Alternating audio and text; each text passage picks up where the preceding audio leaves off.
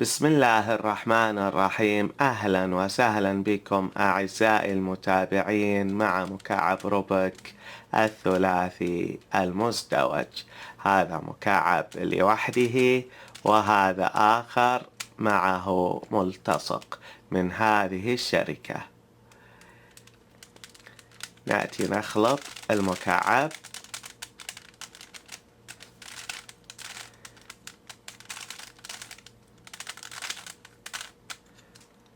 هذا شكله بعد ما قمنا بخلطه. لتعديله نبدأ بإحدى المكعبين، وإذا انتهينا من حله ننتقل إلى المكعب الآخر.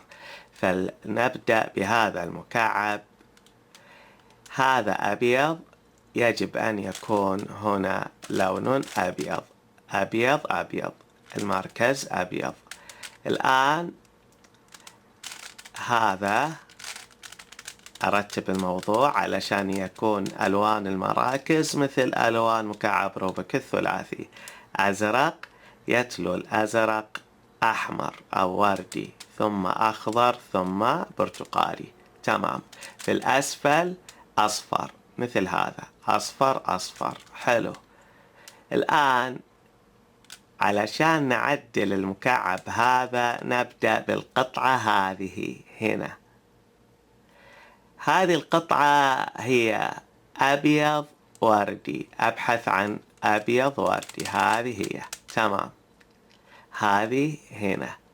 كيف أجيب هذه هنا؟ لازم في هذا المكان يكون لون المركز أبيض، هنا وردي. ما ينفع أبيض أبيض نفس اللون. طيب، خليني أعكس هذه علشان نتعلم لو أتت كمعكوسة كيف أعدلها. لو أتت هكذا أبيض أبيض، كيف هذه أجيبها هنا؟ ما ينفع. أبيض أبيض ما ينفع، لازم معكوسة. أنا راح أعدل هذه القطعة هنا لازم معكوسة. إذا انتهيت من تعديل هذه المنطقة راح أتي لهذه المنطقة. هذه لازم عدلة مثل هذا، ثم هذه لازم عدلة مثل هذا. إذا اللي لازم عدل هذه وهذه فقط، أما هذه لازم معكوسة. كيف أعكس هذه القطعة؟ خلي الوردي هنا. أولا أضع القطعة المطلوبة هنا في الخلف هنا، ثم أطبق القانون التالي: يمين ووسط اتجاهي، فوق مع عقارب الساعة. يمين ووسط عكس اتجاهي، فوق عكس عقارب الساعة. يمين ووسط اتجاهي، فوق عكس عقارب الساعة. يمين ووسط عكس اتجاهي. لاحظ القطعة انعكست. تمام. إذا أبغى أعدل المنطقة اللي هنا لازم معكوسة. هذه أبيض، هنا ليس أبيض، معكوسة. ثم أضع هذه القطعة هنا، أرفع المركز الأبيض، أرجع القطعة، ثم أنزل المقط. يا سلام، أتت القطعة. الآن ننتقل إلى هذه المنطقة. هذه القطعة المفترض لونها أبيض أخضر. أبحث عن أبيض أخضر. هذا أبيض أخضر. هنا لازم عدلة، هنا لازم عدلة. هنا القطعة أتت معكوسة. المركز أبيض، لازم هنا المركز أبيض. كيف أقلبها؟ نفس القانون السابق. أضع القطعة هذه هنا، ثم أطبق القانون التالي: يمين ووسط ثم فوق. يمين ووسط ثم فوق. يمين ووسط ثم فوق. يمين ووسط. قلبت القطعة وهذه لم تخترب. الآن كيف هذه أضعها هنا؟ سهل. أثر هذا طابقين، ثم يمين اتجاهي، ثم أرجع طابقين. لاحظ أتت. الآن اللي هنا المفترض أخضر أصفر. أبحث عن أخضر أصفر. موجود هنا، أطلعه. الآن اللي هنا المفترض يكون اللون عدل، أصفر أصفر، أتعدل تمام. كيف هذه أجيبها هنا؟ سهل. ألف هذا طابقين مع عقارب الساعة، ثم يمين ماذا؟ عكس اتجاهي، طابقين عكس عقارب الساعة، أتت. يا سلام. الآن اللي هنا هذه القطعة المفترض لونها وردي أصفر، أبحث عن وردي أصفر، هذه هي. هنا لازم معكوسة، شوف أتت معكوسة تمام. هذه القطعة هنا، كيف أجيبها؟ أضع هذه هنا، ثم أرفع الطابقين اتجاهي، ثم فوق هذا مع عقارب الساعة، ثم هنا عكس اتجاهي. لاحظ أتت. يا سلام، إن شاء الله الأمر واضح.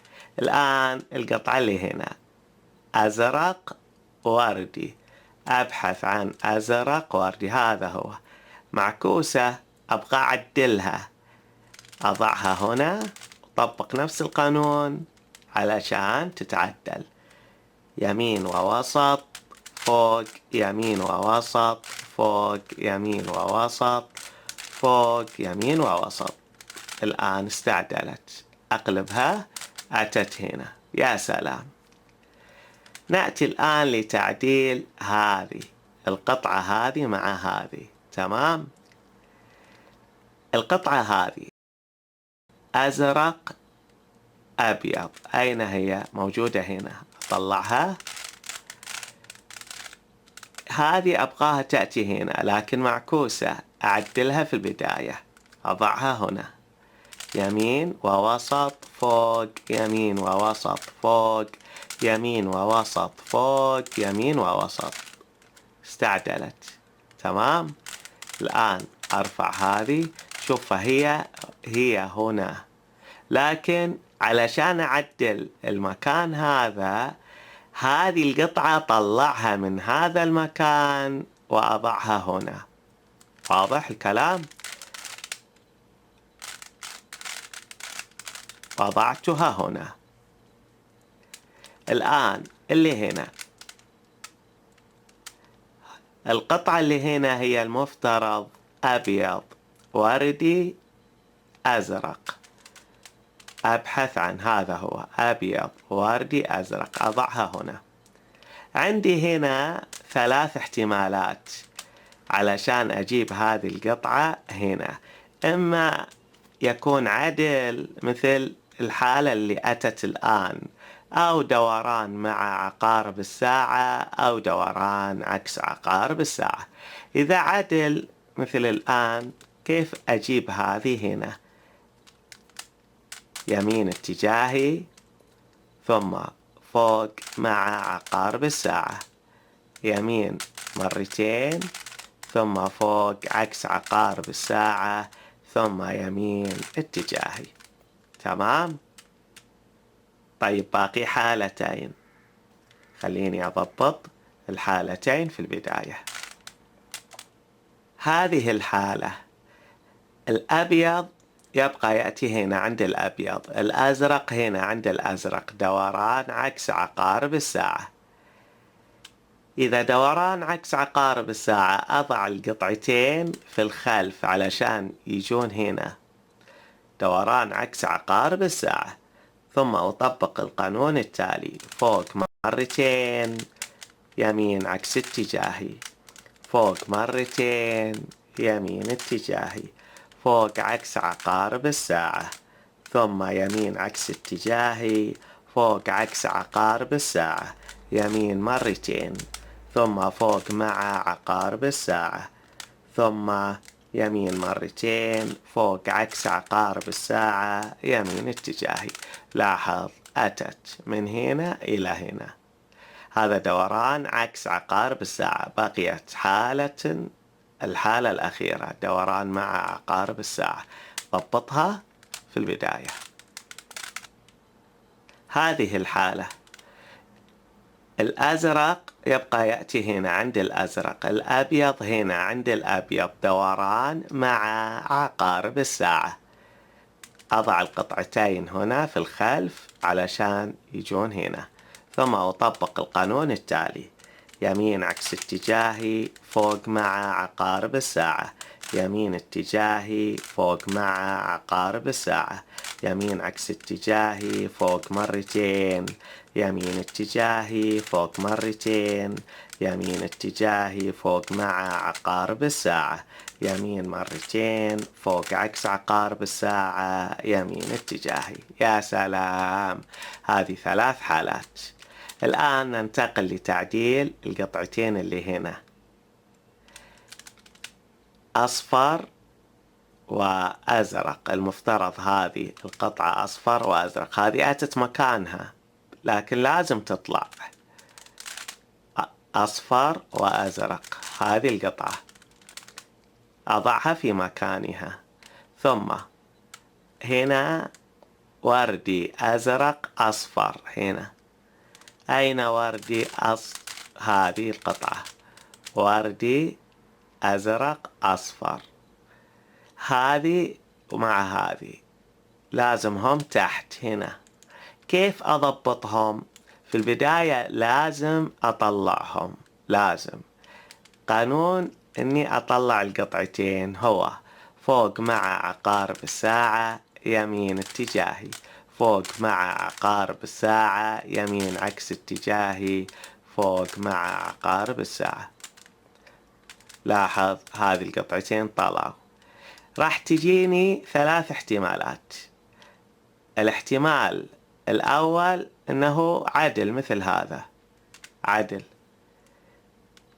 الاحتمال الثاني دوران مع عقارب الساعة، والاحتمال الثالث دوران عكس عقارب الساعة. الاحتمال الأول عدل، كيف هذا أجيبه هنا؟ فوق مع عقارب الساعة يمين اتجاهي فوق مرتين، يمين عكس اتجاهي. يا سلام، أتى. الآن نأتي للاحتمالين الآخرين. هاتين القطعتين بعد ما طلعتهما من هنا جاءوا هنا. لاحظ الأزرق يبقى يأتي هنا عند الأزرق، الأصفر هنا عند الأصفر، دوران عكس عقارب الساعة. طبق القانون علشان ثنتينهم يجون في محلهم. يمين عكس اتجاهي فوق مع عقارب الساعة، يمين اتجاهي فوق مع عقارب الساعة، يمين عكس اتجاهي فوق عكس عقارب الساعة، يمين اتجاهي فوق مع عقارب الساعة، يمين عكس اتجاهي فوق مرتين، يمين اتجاهي فوق مع عقارب الساعة، يمين اتجاهي فوق مرتين، يمين عكس اتجاهي. شوف القطعتين الآن جاءوا عدل هنا. هذا دوران عكس عقارب الساعة. خل نأخذ قانون دوران مع عقارب الساعة. هذه الحالة الأصفر يبقى يأتي هنا عند الأصفر، والأزرق هنا عند الأزرق، دوران مع عقارب الساعة. قانونه يمين عكس اتجاهي فوق مرتين، يمين مرتين فوق عكس عقارب الساعة، يمين مرتين فوق عكس عقارب الساعة، يمين مرتين فوق عكس عقارب الساعة، يمين عكس اتجاهي. القطعتين اللي هنا جاءوا هنا. هذه 3 الحالات.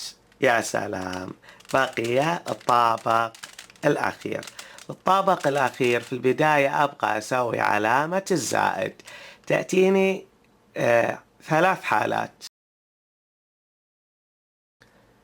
إما الدال أو السالب أو النقطة. هنا الدال كيف أسوي زائد؟ ذلك باستخدام القانون التالي: وسط ويمين عكس اتجاهي، فوق مع عقارب الساعة.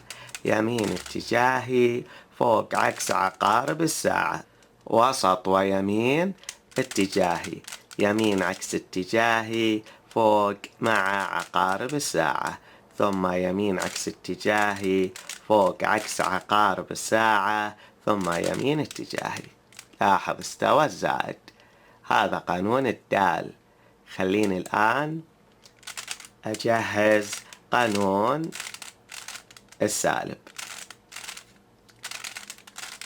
هذا السالب، لو أتى السالب كيف أسويه؟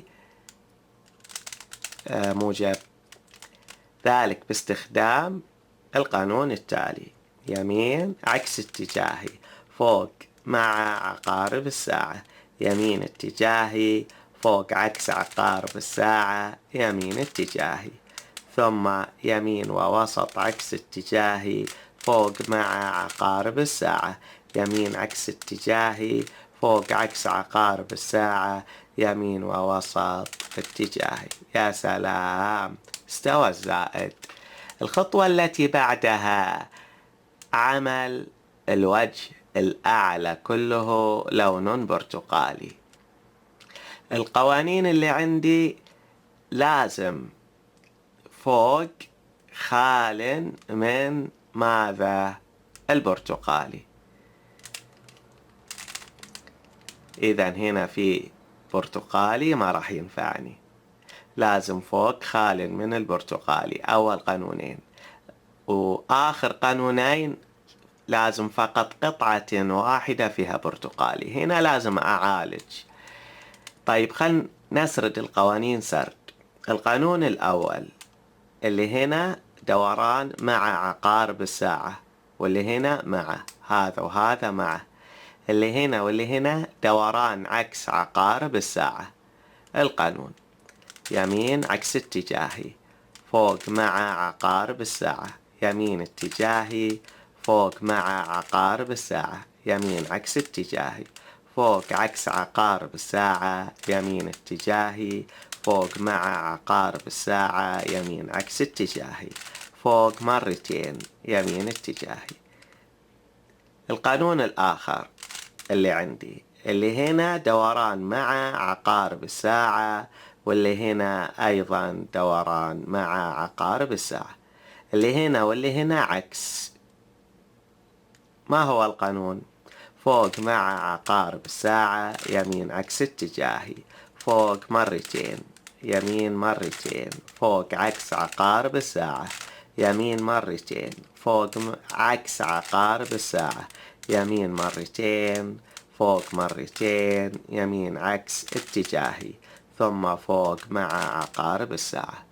أخذنا الآن قانونين، اللي هنا واللي هنا مع، اللي هنا واللي هنا عكس عقارب الساعة. والقانون الآخر اللي هنا واللي هنا مع، واللي هنا واللي هنا عكس. الآن القانون الثالث لازم قطعة واحدة فقط ماذا؟ لونها برتقالي. القطع الثلاث دوران مع عقارب الساعة أو دوران عكس عقارب الساعة، اللي هنا تثبت. طيب خلينا نأخذ القانون. أبقى عكس، ما أبقى يتعدل، أبقى دوران عكس. ما هو قانون دوران عكس عقارب الساعة؟ هو فوق مرتين، يمين عكس اتجاهي فوق مرتين، يمين اتجاهي فوق عكس عقارب الساعة، يمين عكس اتجاهي فوق عكس عقارب الساعة، يمين اتجاهي. هذا دوران عكس عقارب الساعة. تمام؟ طيب الآن دوران مع عقارب الساعة ما هو؟ أنا هنا لا أحل هذا، لا أسرد القوانين. آخر قانون دوران مع عقارب الساعة، يمين عكس اتجاهي فوق مع عقارب الساعة، يمين اتجاهي فوق مع عقارب الساعة، يمين عكس اتجاهي فوق مرتين، يمين اتجاهي فوق مرتين. لاحظ اللي هنا يثبت. أخذنا 4 قوانين. خل نشوف القانون المناسب لهذا. لاحظ البرتقالي يبقى يأتي هنا دوران مع، البرتقالي هنا دوران مع، البرتقالي هنا دوران مع، هذا تثبت. أطبق قانون دوران مع لكي يكون في الأعلى بالكامل لونه برتقالي. يمين فوق يمين فوق يمين فوق مرتين يمين فوق مرتين. يا سلام. نأتي الآن للقطع التي هنا. هذه القطع عندي دوران مع عقارب الساعة أو عكس، اللي في الأمام تثبت. هنا 4 القطع معادل، لذلك راح استخدم القانون مرتين. الأبيض راح يأتي هنا، الأخضر هنا يستعدل، الأخضر يستعدل. دوران مع عقارب الساعة قانونه يمين اتجاهي فوق مع عقارب الساعة، يمين اتجاهي فوق عكس عقارب الساعة، يمين اتجاهي فوق عكس عقارب الساعة، يمين اتجاهي فوق مع عقارب الساعة، يمين عكس اتجاهي فوق مع عقارب الساعة، يمين مرتين. يا سلام. الأخضر استعدل. الأبيض يبقى يأتي هنا دوران مع نفس القانون. العدل أضعه هنا، إذا خلصت أراجعه. العدل أضعه هنا دوران مع عقارب الساعة، نفس القانون. يمين فوق ثم يمين فوق يمين فوق يمين فوق يمين فوق يمين مرتين. يا سلام. وبهذا الشكل استعدل أول مكعب. أخذنا قانون دوران مع عقارب الساعة.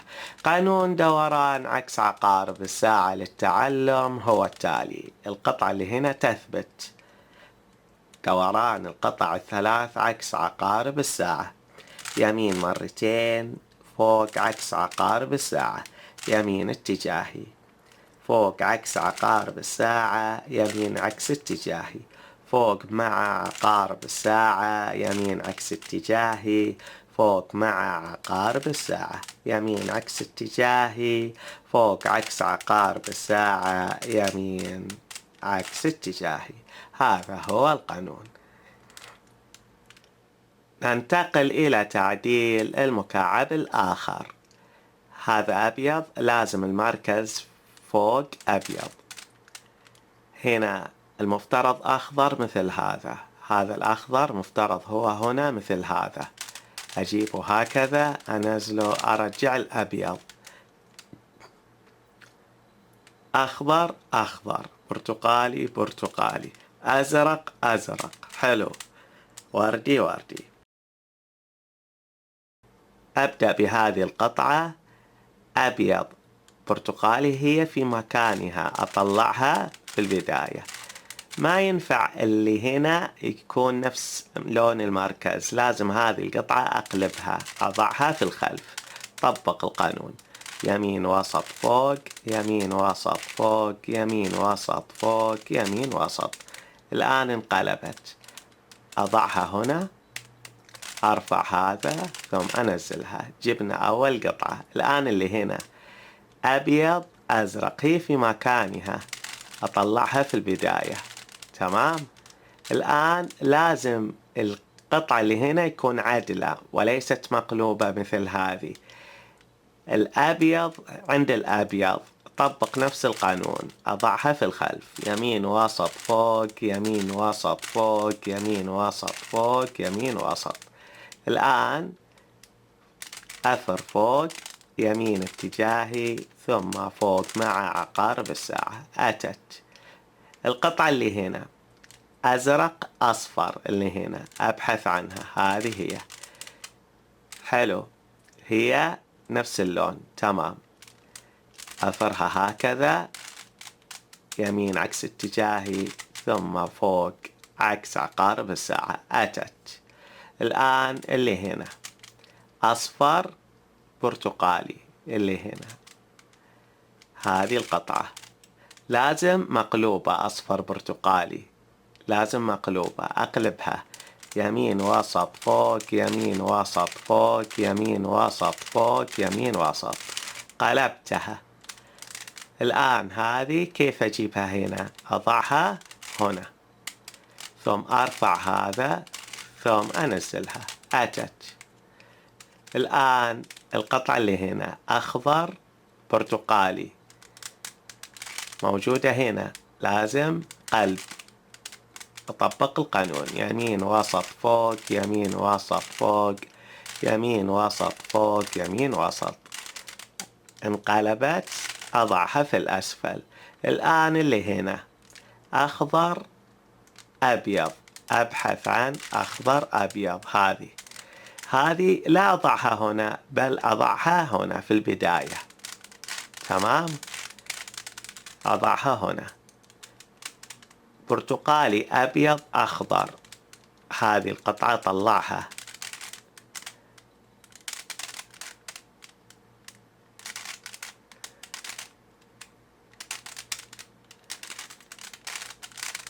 لاحظ طلعتها. برتقالي أبيض أخضر، اللي هنا أضعها هنا. يا سلام، جاءتني هذه الحالة. أطلعها وأضعها هنا. حلو. الآن اللي هنا أصفر أخضر، هذه القطعة مقلوبة، لازم تستعدل. أضعها في الخلف. يمين وسط فوق يمين وسط فوق يمين وسط فوق يمين وسط. استعدلت. الآن أرفع هذا وأضعها هنا. القطعة هذه تمام. هذه برتقالي وليس وردي، برتقالي أخضر أصفر.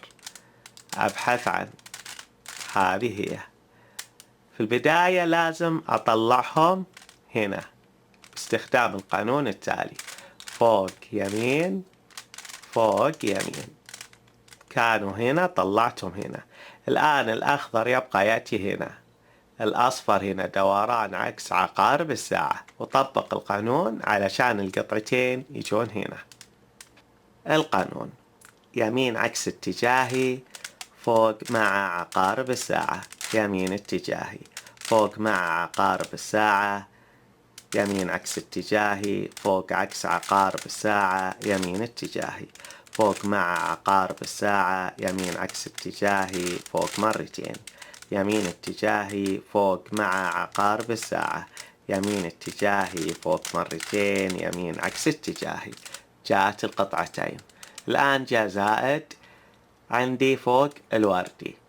هذا الوردي يبقى يأتي هنا دوران معه، وهذا معه، هذا وهذا معه.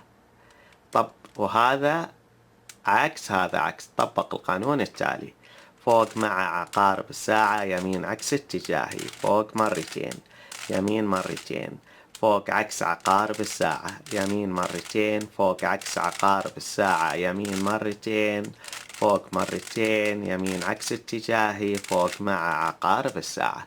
حلو. الآن اللي هنا هذا عدل. الأصفر يبقى يأتي هنا دوران عكس عقارب الساعة. العدل أضعه أمام. يمين مرتين، فوق عكس عقارب الساعة يمين اتجاهي، فوق عكس عقارب الساعة يمين عكس اتجاهي، فوق مع عقارب الساعة يمين عكس اتجاهي، فوق مع عقارب الساعة يمين عكس اتجاهي، فوق عكس عقارب الساعة يمين عكس اتجاهي. يا سلام! وبالصورة هذه تم حل المكعب. شكرا لكم أصدقائي على المتابعة، والسلام عليكم ورحمة الله وبركاته.